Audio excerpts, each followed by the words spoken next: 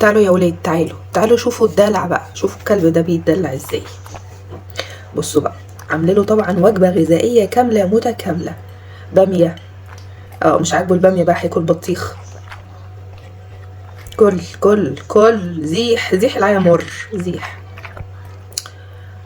لا وبصوا مقطعوا له البطيخ ازاي يعني، والفاكهه الغريبه العجيبه المريبه دي اول مره نشوفها في حياتي.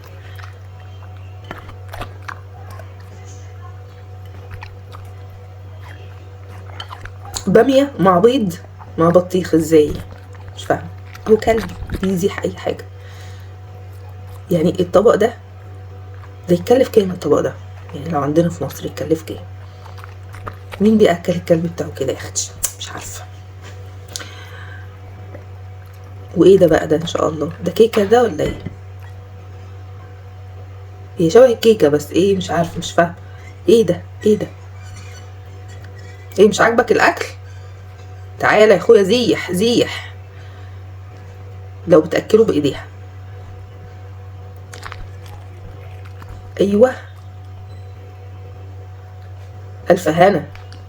اللي هيشرب اللبن بقى، اللبن. هو ده غدا ولا فطار ولا ايه يا جماعه؟ مش فاهمه. ولا غدا وفطار في نفس ذات الوقت؟ مش فاهمه ايه ده. طب كل الباميه الاول وبعد كده اشرب اللبن. ايوه كل الباميه كده شاطر، اسمع الكلام. كل الباميه وبعدين اشرب اللبن، يلا عشان افسحك. خلص طبقك كله. ايوه الحس الطبق كده. ايه ده؟ ايه ده؟ السلام عليكم.